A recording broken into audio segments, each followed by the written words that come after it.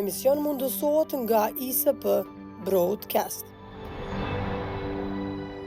Mbrëma, kudo që në ndisni të ndruar shikues, zgjedhjet e rrethit dytë, balotazhet mban të dielën nën frymën e një retorike, sikur këto zgjedhje të ishin për parlamentin e Kosovës, në një retorikë ku vjen gjuma dhe diskursi e retorika e akuzave të Zotit Kurti ndaj oponentëve, pa mbrëm edhe ndaj një cilësim tillë ndaj Zotit Gazment Muhaxheri, kur i tha Muhaxher Sherri i pesë, domethënë gjunë kësi batuta, ndoshta janë legjitime të përdoren kësi lloj polemika, po duket që nuk po shkojmë drejtimi ku Zoti Kurti ti lë vetës derën hapur për bashkëpunim me oponent politik. Këto zgjedhje janë të rëndësishme për lëvizjen e vendosjes, ashtu sikurse edhe për PDK-n, LDK-n e AK-n natyrisht, sepse do të jeni test i madh i legitimitetit i peshës tyne politike, i forcës tyne politike për ta konkluduar nëse retorika që përdorin gjithë nga fillimi deri tani, kur vendi s'ka institucione nga aprili këtej, është e drejtë apo e gabuar. Kanë ftuar për analistin e njohur Afrin Kasolli. Kasolli, faleminderit për kohën të bashkëbisedojmë. Të dielën Dita e madhe. Dita e madhe politike për Kosovën. Në fakt të duhet ishte dita e rëndomtë. Fest natyrisht janë zgjedhjet për demokracinë, por duket në tensionin e pritjeve edhe dyshimeve që mund të kenë partitë, sidomos partia e Zotit Kurti, pase thasën për Prishtinën, për Mitrovicën e kështu me radhë. Vijojmë. Po tash sipas gjitha gjasave, sepse po e lëmë edhe një derë qeli, një minimum të vogël, sipas gjitha gjasave pikërisht këto zgjedhje, do thotë ato që u mbajtën rrethin e parë me 12 tetor dhe këto balotazhi ditën e diell, do të jenë vetëm si një lloj kapërcylli ndërmjet dy zgjedhjeve të nivelit nacional, pra të zgjedhjeve parlamentare që u mbajtën me 9 shkurt dhe atyre që sipas gjitha gjasave do të mbahen me 28 tetor, sepse asnjë opcion tjetër po shihet që nuk ka mbet në tavolinë. Dhe tash në këtë situatë, kjo është arsye mbase që pesha e këtyre zgjedhjeve nuk është vetëm lokale, ka një dimension tjetër, do të edhe retorikën që e shohim, edhe mobilizimin politik, do thotë me theks të veçantë kryeministrin në detyrë Albin Kurti është tehet hiperaktiv, normale deri diku, po është tehet hiperaktiv që ta maksimalizoj para sa është e mundur potencën e tij elektorale dhe të tentoj ta stabilizoj pak a shumë subjektin politik, sepse ne kemi parë që ka pas gjithë në vazhdimsi diferencat të mëdha ndërmjet rezultateve në nivelin qendror që gëzon televizia vetëvendosje dhe atyre në nivelin lokal.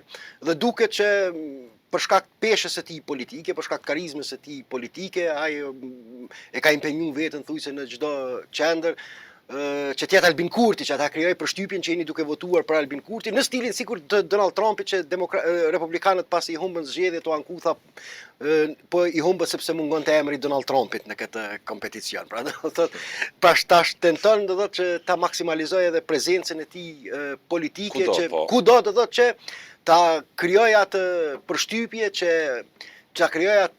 që kjo votë është votë edhe për Albin Kurtin dhe projektin e tij politik për shtetin e Kosovës.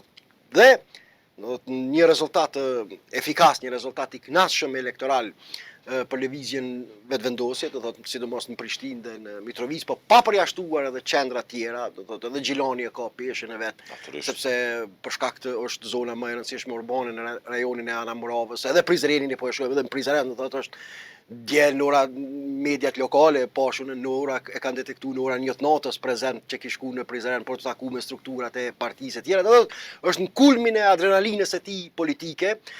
Për të korë sukses sa më shumë që kjo le të jetë edhe një lloj testi për atë se çka do ta pret lëvizjen vetëvendosje. Si thot popullin i fjalë, Kasolli mbahet natën e fundit të Bajramit. Natën e Bajramit. Po tash gjitha përpjekjet, gjitha resurset që i ka në dispozicion. A mund të trajtohet si e tillë, nëse po e përmend shkurën e kryeministit nga Mitrovica në Prizren, natën 2, do thotë është shihet që është tepër hiperaktiv dhe që ka jetike. Nga cila arsye? Po arsyeja e parë do thotë, sidomos do thotë në qytetin e Mitrovicës për shkak të narracionit që e ka kultivu ndër vite për rëndësinë strategjike që e ka Për një veri të shliruar. për një veri të shliruar. Do thotë, sepse nëse humb në Mitrovicë, është një lloj goditje të thotë nga se qytetarët janë ngop me këtë lloj retorike, janë stërngop dhe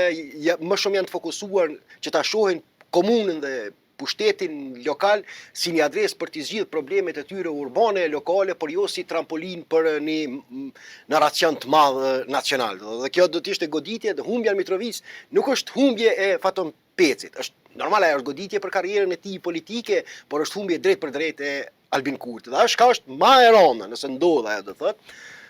Ne kemi do thot një strukturë drejtuese të Partisë Demokratike të Kosovës, e cila nuk është shumë prezente në qytetin e Mitrovicës, madje unë siç të kujtohet jam kam dhënë edhe këshill që mos e bëjnë atë gabim që të impenjohen në qytetin e Mitrovicës sepse mund të ketë negative mund të ketë dhe kemi kryeministrin me gjithë mashinerinë e tij politike, do thotë edhe establishmentin qeveritar dhe strukturat partijake që janë maksimalisht angazhuar për ta fituar me çdo kusht. Mitrovicën e ka fitore jetike të madhe. Sepse është një lloj testi mbi kauzën që e ka ndërtu, mbi kauzën politike që e ka ndërtu dhe që ka kërkuar nga qytetarët e Kosovës, që mbas edhe shumë tensione që kanë lindur ndërmjet shtetit të Kosovës dhe partnerëve ndërkombëtar të tolerohen e të durohen, sepse janë në funksion të një qëllimi shumë më të madh, siç është ajo tema për veriun.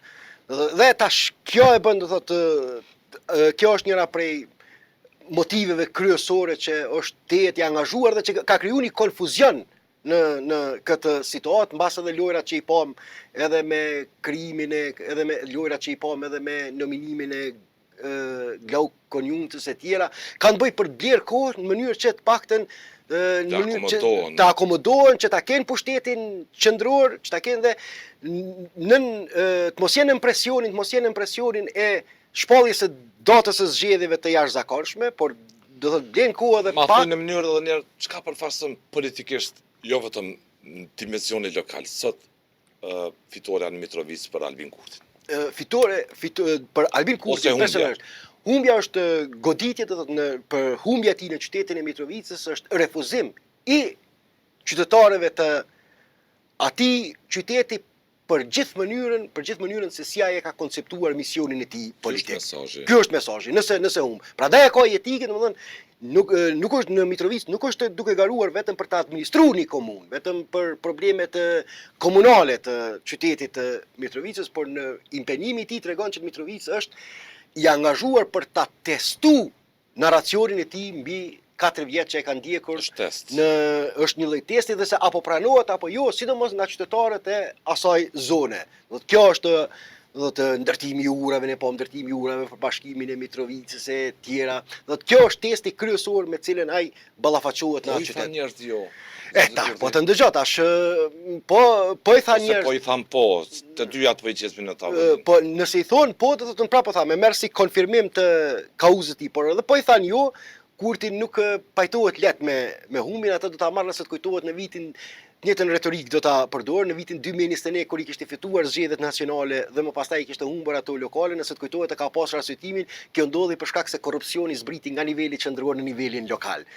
Kjo gjithmonë e gjen një justifikim, nuk heq dorë, dëgjoj, nuk arsyetimi. Nuk heq dorë nga arsyetimi dhe nga propagandimi se kauza e tij është e drejtë, por ja që kemi një mobilizim të forcave retrograde të brendshme, të armiqësive të brendshme për ta penguar me çdo kusht suksesin e këtij misioni politik që e përfaqëson. Të korruptuar. E ka bën në vitin 2021, thotë përmenda tekstualisht ka thonë kështu, kur nuk është arsyetim për shembull, sepse ai problemi është tjetër pse i ka humbur zgjedhjet lokale në vitin 2021, mungesa e kuadrave, diferenca që ka ekzistuar ndërmjet dobësisë së nivelit qendror të lëvizjeve dhe vendosjeve dhe atij lokal, mirë po ai gjet një justifikim që me lëvizjeve të vendosje tash u vendos në institucionet qendrore, aty më nuk ka korrupsion, atëherë kjo formë e përqendruar e organizimit politik që është mirëmbajtur nga ish regjimi i vjetër ka zbarkuar në nivel lokal dhe kjo është arsyeja pse lëvizjeve të vendosje nuk patë sukses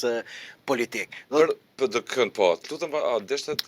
Ndëgjoj, për PDK-n do thotë. Jo, për PDK-n do doja e ke pas një cilësim, një konstatim, mesazh për krejun e PDK-s. Mos shkoni në Mitrovic, sepse shkurja juaj mund të kthehet në dëm për votat për kandidatin tuaj. A qëndroni ende pas atij? Rrit për shkak sepse unë kur i kemi bë analizën për shembull krahasimin kur e kam bë edhe me rastin e Ramiz Ladrovcit. Do të kur kemi bë krahasimin, ne bashkarisht bëjmë analiza politike publike para sa mundemi deri kur u kriju kjo armiqësi ndërmjet strukturës qendrore të Partisë Demokratike të Kosovës dhe kandidatit të saj dhe tashmë kryetarit të konfirmuar Ramiz Ladrovci. Nuk është që personaliteti Ramiz Ladrovcit ka gëzuar ndonjë reputacion të madh kolektiv në gjithë territorin e Kosovës. Dhe është e paprecedent, është e paspjegueshme në kuptimin logjik, normal, politik, si ndodh një figurë përfaqësuese lokale e një qyteze në kuptimin e mirëfill fjalës, do të thotë një qyteze të shndrohet befas në një lloj figure nacionale. Dhe unë nuk kam mund ta shpjegoj ndryshe këtë, nuk kam argumente tjera. Të zoti Krasniqi. Me konjunkturën e tij politike, unë nuk kam argumente tjera politike këtë paradoks për ta shpjeguar, përpos se zoti Ramiz Ladrovci ja arriti që ta transmetoj mesazhin në opinionin publik se ishte viktime një komploti të mbrëmshëm e klaneve drejtuese të subjektit të tij politik. Dhe kjo krijon një solidaritet të çuditshëm jo vetëm në qytetin e Drenasit. Nuk kemi matje në opinionin publik, nuk kemi matje hulumtime të opinionit publik shkencore, por beso, ajo është vërtet, do të është po në çdo qytet të Kosovës, tema e Ramiz Ladrovcit ka qenë temë kryesore dominuese. Dhe si ndodh befas një figurë totalisht e koncentruar në një komunë modeste të shndrohet në një yll nacional. Do të nuk kam shpjegim politik. Dhe duke u nis nga ky fakt, duke u nis Krasniqi me absolutisht, duke u nis nga ky fakt, kam thënë mbase, do thotë aty ku është involvu, dhe është impenjun mas të madhe ky struktura drejtuese e këtij subjekti politik. Ka pas kosto elektorale për vetë subjektin politik, diçka e paprecedent që nominalisht sot me Partia Demokratike e Kosovës ta humb gjysmën e Drenicës, kanë thënë mbase do të ishte më e udhës që betejën në qytetin e Mitrovicës ta zhvillojnë siç e ka nisur struktura drejtuese lokale të kësaj dege të Partisë Demokratike, Arjan Tahiri, si trashëgimtar politik i zotit Bedri Hamza, bashkë me zotin Bedri Hamza, sepse nëse do të ketë impenime tjera, kjo betejë atëherë do të marrë vëmendje tjetër, betejë ndërmjet Albin Kurtit dhe Memri Krasniqit, dhe në nivel nacional atëherë ne e dim gjithë që autoriteti i Memri Krasniqit politikisht, do të thotë s'po flas tash unë për mënyrën e menaxhimit të shtetit të Albin Kurti, sepse kam me dhjetra vretje kemi bashkë bisedu mirë, po si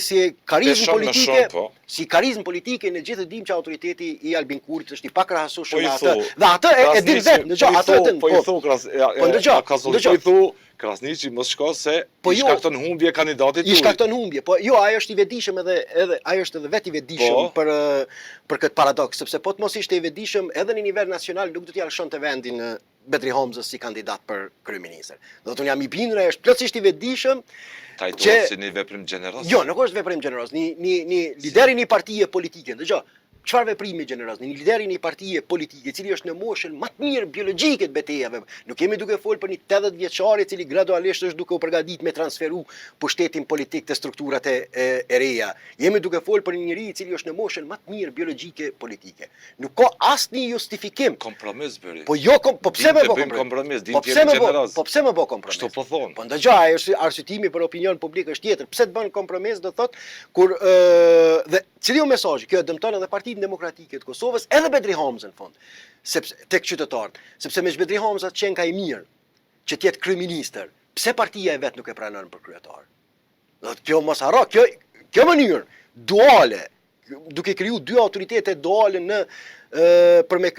raport me qytetarët, ka kosto negative edhe për Bedri Hamzën, sepse nëse nuk ndoshta nuk vulën do ta mbaj Bedri Hamza sipas kësaj standardeve vendimore. Dëgjon, nëse Partia Demokratike e Kosovës, nëse si strukturë nuk është e gatshme t'ia besoj drejtimin politik Bedri Hamzës, pse duhet qytetarët e Kosovës t'ia besojnë atij drejtimin politik? Nëse vetë struktura e politikës, po për kryeministrin, nëse vetë struktura partijake e PDK-s nuk është e bindur që ai duhet ta drejtojë atë, por vetëm duhet bëhen për shembull eksperimente elektorale, atëherë si mund binden qytetarët e Kosovës? Mesazhi nuk është i qartë. Mesazhi nuk është i qartë dhe ka kosto, besoj që mund të ketë kosto elektorale edhe në votat e përgjithshme qytetare për këtë subjekt politik, kjo lojë me dy autoritete duale politike. E dielja është shumë e rëndësishme edhe për kryeqytetin. Si do të ndahen votat pas orës 7 midis zotit Përparim Rama dhe zotit Hajrullah Qeku ose Qeku tash nuk e di ç'është. Tash unë rezervohem se me që jemi një terren të jetë kështu të ndjeshëm politik, rezervohem të shpalli fitues, se kush i ka Ato nuk e kërkojnë. Nuk jemi në heshtje zgjedhore në pikpamje të rëndësisë që ka në pikpamje të rëndësisë. Ndërgjë, në pikpamje të rëndësisë të humbjes ose të një fitore politike për njërin apo kandidatin tjetër, përkatësisht për Albin Kurtin ose Lumir Abdixhi. Unë mendoj që fitoria e LDK-s për në kryeqytet është më e rëndësishme po duket se sa për lëvizjen vetvendosje. Nga se nëse i shohim statistikisht, do thotë angazhimin e liderit të lëvizjes vetvendosje Albin Kurti, e kemi shumë më shumë prezent në Mitrovica se sa në Prishtinë. Pastaj është se mund të fitoj në Prishtinë. Tash këto nuk mund të spekulojmë, mirë po në bazë të angazhimit, në bazë sikur që kam thënë statistikisht që për kryesinë e PDK-s ka qenë shumë e rëndësishme fitoria në Drenase që e humbën sesa në qytet tjetër, sepse i kemi parë gjithë kryesinë e PDK-s mos shumë më të madhe prezent në qytetin e Drenasit se sa po e zonë në Gjilan apo në Mitrovica apo në një komunë tjetër. Dhe tash në këtë rast, do thotë Albin Kurti po shihet që nuk e ka atë angazhim, nuk e ka atë super angazhim prapa kandidatit të lëvizjes vetvendosje Hajrullah Qeku, çfarë e ka në qytetin e Mitrovicës. Kjo më bën më kuptu që për shkak të asaj që e përmendëm në fillim, për shkak të rëndësisë narracionit që ka, ajo është më tepër më i fokusuar ka qyteti i Mitrovicës. Mirë po, gjasat më të mëdha përfitore, zakonisht në situata të tilla i kanë ata që janë më të shkatë të ndërtojnë koalicione me subjekte tjera politike. Në këtë drejtim, në qytetin e Prishtinës po e shoh më të ngath Hajrullah Qekun se sa Përparim Ramën. Dhe Hajrullah Qeku duket që është më i ngath të ndërtojë partneritet me subjekte tjera politike që nuk janë pjesë e balotazhit se sa Përparim Rama. Pavarësisht se Partia Demokratike e Kosovës nuk është përcaktuar, mirë po në këtë drejtim Përparim Rama ka dëshmuar një shkallësi më të madhe që me disa struktura që janë të lidhura më shumë me Partinë Demokratike të Kosovës, sikurse shoqatat e veteranëve e tjerë, të ketë një afërsi më të madhe të shndrohet, të premtoj se do shndrohet në një adresë më të madhe politike për problemet e tyre. Për premtuese ndaj zotit Rama. Terreni do të thotë aftësia e zhvillimet publike, ngjarjet që bëjnë për bashkëveprim me partner tjerë politik të cilët më nuk janë pjesë e balotazhit. Kjo mund ta favorizojë Përparim Ramën, por në fund prap vota është në kutitë e votimit. Por që këto dy komuna përfasojnë rëndësi të madhe politike, njëra për PDK-n e tjetra për LDK-n. Për LDK-n. Njëra për të dyja për vetvendosjen në anën tjetër, për zotin Kurti. Për zotin Kurti. Sepse kishte në nominim dy ministra, por që është më impenjuar në Mitrovicë. Statistikisht nëse ajo është reflektimi i një shqetësimi dhe një interesi politik më të madh. Nëse po e zom deri në 2 natës e deri në 3 mëngjesit kalon kohën duke u taku me strukturat lokale, duke bërë përpjekje deri në minutën e fundit për të përfituar një vot më shumë, reflekton do thotë një interes më të madh për qytetin e Mitrovicës. Ndërkohë nuk e kemi parë do thotë atë mbase ka qenë sekret, mirë po jo në mënyrë publike, nuk e kemi parë në qytetin e Prishtinës, kryesisht Hajrullah Qekun e shohim më tepër vetëm si mbartës të vetanak të fushatës elektorale. Kasolli, në këto ditë kemi parë, që më thonë, pakt koalicione, platforma bashkëpunimi midis partive të ndryshme, midis AK-s, vetvendosjes në nivel lokal, PDK-s në Dragash me vetvendosin. U bë mishmash.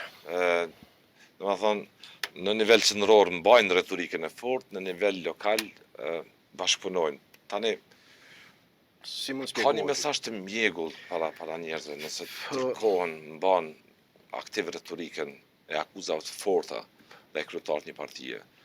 Si është e mundur të hapësh dritare bashkëpunimit, deri bashkëpunimi me nivel lokal. Por do është e vërtetë që kjo na ka apo e mjekullojnë mesazhin po, e qytetarëve. po është e vërtetë që kjo na ka sfiduar edhe neve se si ti interpretojmë këto paradokse.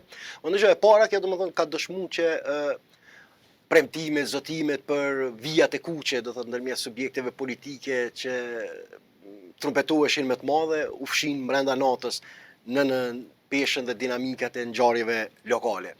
E dyta ka dëshmuar që nuk ekziston tashmë një vijë ndarëse, sepse ku një subjekt politik ka një interes të përgjithshëm dhe në bazë të atij interesi përgjithshëm veprojnë të gjitha strukturat në çdo nivel në çdo komunë të Kosovës. Do thotë, nëse po e zom Lidhja Demokratike e Kosovës apo Partia Demokratike e Kosovës, cila do qoftë, cili do subjekt politik në këtë drejtim, e vendos si tabu temë bashkëpunimin me lëvizjen vendosje, ajo duhet të reflektohet në të gjitha kapacitetet dhe në të gjitha strukturat e organizimit politik. E zgjedhjet lokale dëshmuan të kundërtën, do të këto për balotazhe dëshmuan. Ne pam siç e përmendet ju koalicionin e PDK-s me lëvizjen vendosje në qytetin e Dragashit, do të kundër Lidhjes Demokratike të Kosovës, ndërkohë në qytetin e Prizrenin koalicionin e Partisë Demokratike të Kosovës me Lidhjen Demokratike të Kosovës kundër lëvizjes vetëvendosje. Pra nuk ka një parim, nuk ka një vit qartë që ne mund ta gjykojmë sjelljen e një subjekti politik. Dhe mos tym në çdo komunë tjetër. Është vendimarrja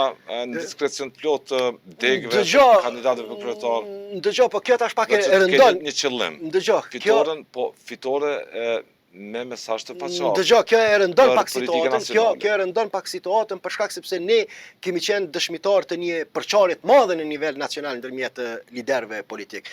Tash ose këta duhet marrin shembull lider në nivel nacional nga liderët lokal që si po arrin të i kalojnë antagonizmat e tyre për të mos e bllokuar jetën politike, ose liderët lokal duhet të jenë konsekuent në raport me qëndrimet politike dhe publike të liderëve nacional, sepse është paradoks kjo, nuk mund shpjegohet në mënyrë normale politike. Ne kemi bashkëbiseduar kam bërë krahasime me demokracitë e konsoliduar perëndimore që në Gjermani dhe në shumë vende që nuk në Gjermani dhe në shumë vende që nuk tolerohen këto kontradiktat mëdha. Nëse ekziston një gjumë që ne ndëgjojmë po e zonë e tyre që po i quajmë parti tradicionale në Kosovë, për shkak të gjatësisë më të madhe politike, që është identike me mënyrën se si parti tradicionale në Gjermani e definojnë partinë e ekstremit të djathtë, dhe nëse e merr gjuhën edhe analizon, do të kualifikimet janë identike. AFD-ja për parti tradicionale paraqet rrezik për sigurinë e Gjermanisë, paraqet rrezik për interesat e shtetit gjerman, është pjesë e luftës hibride të mbështetur nga Rusia dhe vendet që kanë qëndrim armiqësor ndaj demokracive liberale, konstitucionale.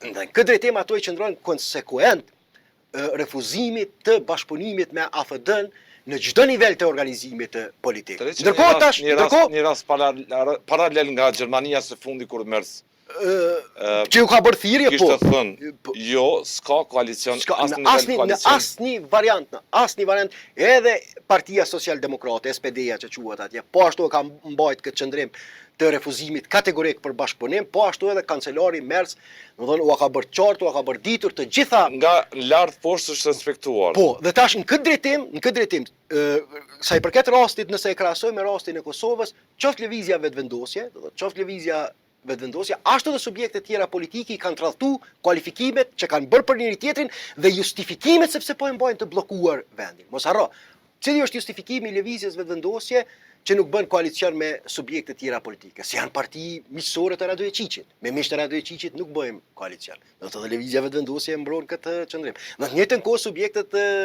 po i quajmë kushtimisht opozitare, po ashtu kanë të njëjtin kualifikim për lëvizjen vetëvendosje. Dhe avullohen brenda natës këto etiketime që janë, megjithëse unë prapë tham motivet dhe arsyet e vërteta të bllokimit të jetës institucionale mund të jenë tjera, po të paktën këto përdoren si justifikim publik pse ne jemi në këtë situatë që e vendos tavolin argumentin. Për nivel nacional, kjo është retorika dhe antagonizmi i tyre. Si është mundur që ato të harrohen e të na shkalohen brenda natës në nivel lokal. Tash kjo për mua është e paspjegueshme, për mua në kuptimin nacional politik që është funksionojnë. Atëre, çka tregon kjo? Ose është arsyeja që këto struktura nuk kanë asnjë parim politik, por nxiten vetëm nga detyrimi për të siguruar sa të mundën pushtet kudo qoftë, në çfarëdo rrethona që i bën që ti te kalojnë këto antagonizma, ose kanë qëllim që ta mbajnë vendin të bllokuar në nivel nacional për arsye tjera që ne nuk Kasolle kjo nuk do duhet të ndodhte. Me principet jo, me principet si që po i marrim shembull se nuk jam unë i rëndësishëm t'ja kurzoj. Tash personalizoj Kasolli me qenë se unë kushdo që merr me publike dhe mund të thot në vlerësimin tim kjo punë nuk do duhet të ndodhte. Me krahasimet ne që po i bëjmë, me krahasimet që po i bëjmë si funksionojnë në vende tjera demokratike evropiane, çfarë qëndrimi mbajnë ndaj atyre që do thot i kualifikojnë si rrezik e si kërcënim për sovranitetin e shtetit e për sigurinë nacionale. Kjo pyetja Kasolli që mesazhi nga njëra anë është i mjegull për njerëz të kuptojnë thelbin e problemit, përse Kosova dhe u bllokua politikisht nga në nënshkurt e këtej kur mbajti zgjedhje. Në këtë drejtim unë e shoh sfidë shumë të madhe, po e zon koalicionet që janë bërë veçanërisht sikur ky në vushtri ndërmjet Lidhjes Demokratike të Kosovës dhe lëvizjes vetëvendosje, pavarësisht që më pastaj u kriju një konfuzion aty, një pjesë e degës nuk e përkra, nga ato që nxorrin në publik Lumir, që nxorrin në publik Xhafer Tahiri thuhet që nëse janë të sakta, po duket që janë të sakta ato komunikime, që le të bëhet por të mos bëhet i hapur, ta mbështesim ne lëvizjen vetëvendosje në vushtrit, na mbështesin ata, na mbështesin neve ata. Pse e bën sfiduese për Lidhjen Demokratike të Kosovës? Sepse në fundit Partia Demokratike e Kosovës edhe mund të arsyetohet nga se Albin Kurti asnjëherë nuk i ka bërë ftesë për bashkëqeverisje. Dhe nuk mund të konsiderohet përgjegjëse për bllokimin e jetës institucionale për aq kohë sa fituesi i zgjedhjeve ka konsideruar që nuk e shet arsyeshme të ta ndajë pushtetin me këtë subjekt politik. Ne nuk e dim si do të vepronte partia. Ndoshta ajo do të na mbante një qendrim refuzues, po për aq kohë sa nuk subjekti fituesi i zgjedhjeve ka mbajtur këtë qendrim, ndërkohë Lidhjes Demokratike të Kosovës vazhdimisht i ka bërë ftesë, madje me arsyetimin se dëshiron ta shkpus nga PDK-ja, por ja që siç duket Lidhja Demokratike e Kosovës ka mbetur ende peng i një dashurie të vjetër politike. Tash, këto koalicione në nivel lokal dhe refuzimi në nivel nacional për ta debllokuar, për t'i hapur shteg dhe rrugë themelimit të institucioneve mund të jenë një barrë e madhe për Lidhjen Demokratike të Kosovës, sepse duhet të ekzistojë një shpjegim. Thashta shpjegimin ata e gjetën se është bë pa lejen e kryesisë qendrore e tjera, mirë po duket që nuk është shpjegim i qëndrueshëm dhe bens. Dhe në këtë situatë ne kemi ardhur në një, prapë them, duke u nis nga këta parametra, kemi ardhur në një situatë të pashpjegueshme, me lehtësi të padurueshme, u ndërtu bashkëqeverisja, u ndërtu planet për ndarjet pushtetit në nivel lokal, ndërkohë në nivel nacional do të na mbartin nga njëra palë zgjedhje në zgjedhjet e tjera e me potencial për të rrezikuar shumë çka sa i përket shtetit të Kosovës. Do doja që një kapitull të veçantë, një emision të veçantë t'ia dedikojmë raportit për Kosovën të Komisionit Evropian, ku listohen problemet e mëdha. Asnjëherë nga pas lufta këtej nuk ka qenë një raport më kritik, më negativ për Kosovën. Po ka qenë e pritshme, ka qenë e pritshme sepse ne kujt Kasolli nuk i bë përshtypje. Nuk i bë përshtypje, ka qenë e pritshme mua ajo që më ka bë. Ka qenë ai aludi konstatimi logjik që njerëzit edhe kurdo që mbahen zgjedhje nacionale mbase do të votojnë vetëm për atë lloj politikanit që u zgjidh problemet e ditës. Sot një javë për një muaj. Se të krijojnë pak social, si ta heqin ankthjen social ekonomik nga. Mu në raport progresit, do sepse ai tash nuk më arrit ta lexoj krejt, natyrisht do të mirë me të mirë, por ajo që më është dukur më vendimtare për shkak të rëndësisë që ka, sa i përket dialogut me Serbinë, normal kritikohet edhe Serbia në raportin e saj për çastin e saj bllokuese sa i përket dialogut, por po ashtu edhe Kosova vlerësohet me nota negative në këtë drejtim, mirë po një moment krucial që e ka raporti i progresit është që e mban premtimin, do të sepse është i shkruar nga Komisioni Evropian që do të mund të suspendohen masat sanksionuese nëse ndodh një transferim gradual dhe i qetë i pushtetit tek kryetarët e zgjedhur që vinë nga lista serbe që sapo i kanë fituar zgjedhjet. Kjo do të jetë sfida kryesore sa i përket Kosovës në këtë drejtim, në këtë dimension, në raport me botën. Në raport me botën, sfida në raport me Bashkinë Ndërkombëtare, me Bashkimin Evropian dhe me Shtetet e Bashkuara të Amerikës, gjendet e brenda shkruar në raportin e progresit dhe thot qartë që sfida kryesore është mënyra se si do të ndodhë dorëzimi i pushtetit prej kryetarëve shqiptar tek kryetarët të legjitim të zgjedhur serb. Dhe këtu ne duhet presim sepse duke që ata kanë shqetësime që mund të ketë ndonjë ekses, mund të ketë ndonjë tension, prandaj nga kjo do të mbaret edhe fati i masave sanksionuese për cilat Instituti GAP pak më herët ka bërë një analizë ku konstaton milionat që janë humbur, disa për gjithmonë e disa që janë në pritje, do të janë në pritje që nëse desanksionohet Kosova mund të rinkorporohen ato mjete financiare sa i përket projekteve. Komuniteti ndërkombëtar po rri në qëndrimet e saj.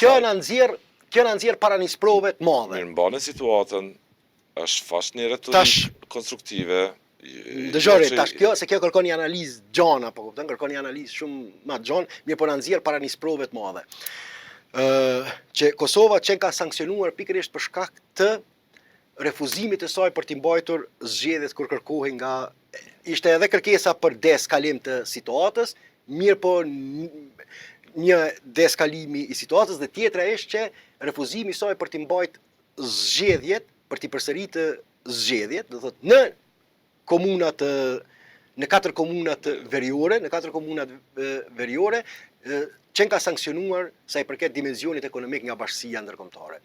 Dhe kjo është pyetja themelore që shtrohet, që ja vlen të diskutohet. Kosova dhe lutem nëse mundesh, Kosova u sanksionu nga BE për shkak të refuzimit, e para lidhe me deeskalim të situatës dhe e dyta për shkak të refuzimit ndaj kërkesave të komunitetit ndërkombëtar për t'i marrë zgjedhjet në 4 komunat veriore. Se ne e dim më pastaj udhëzimet administrative që nxorën jo fillimisht referendumi për shkarkeme, jo këto, mirë po për shkak të mos dorëheqjes, sepse Bashkia Ndërkombëtare kërkonte dorëheqje të kryetarëve shqiptar dhe shkurje në zgjedhje. Kryetarët nuk dhanë dorëheqje. Do të arsyetimi i Kurtit ishte se është jo demokratike t'i kërkohet dikujt dorëheqja.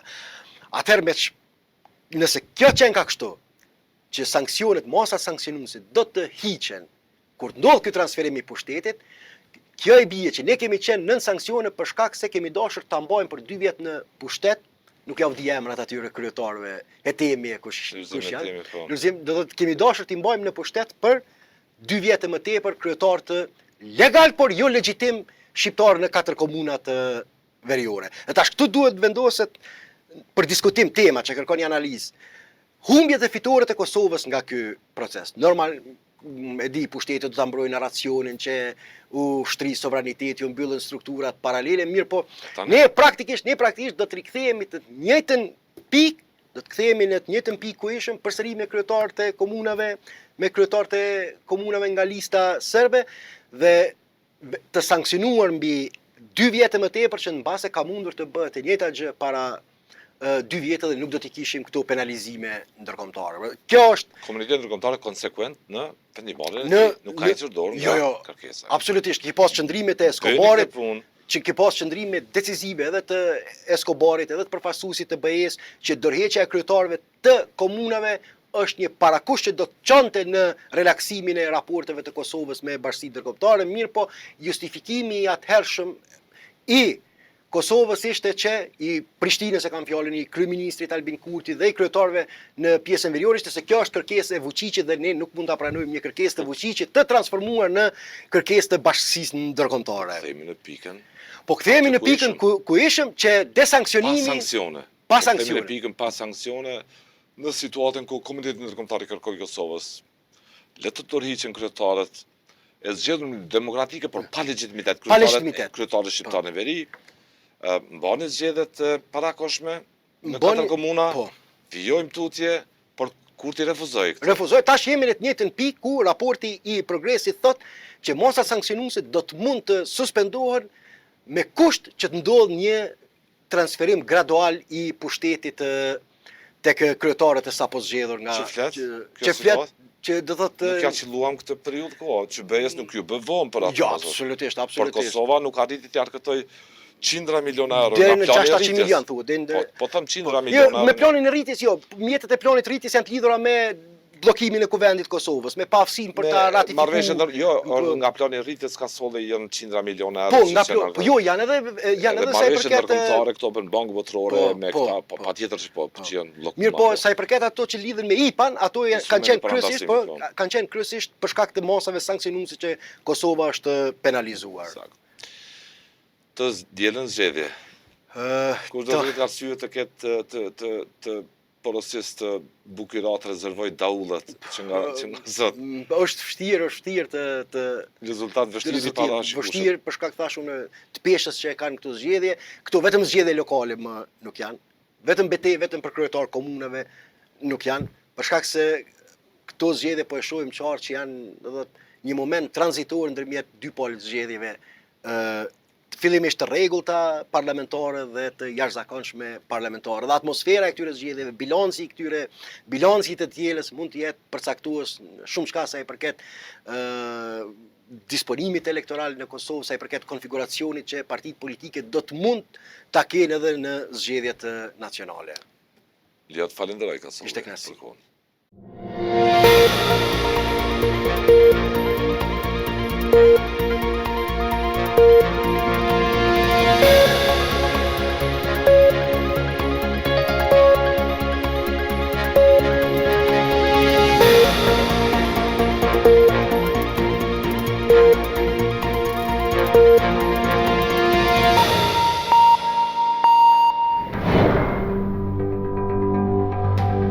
Ky emision mundësohet nga ISP Broadcast.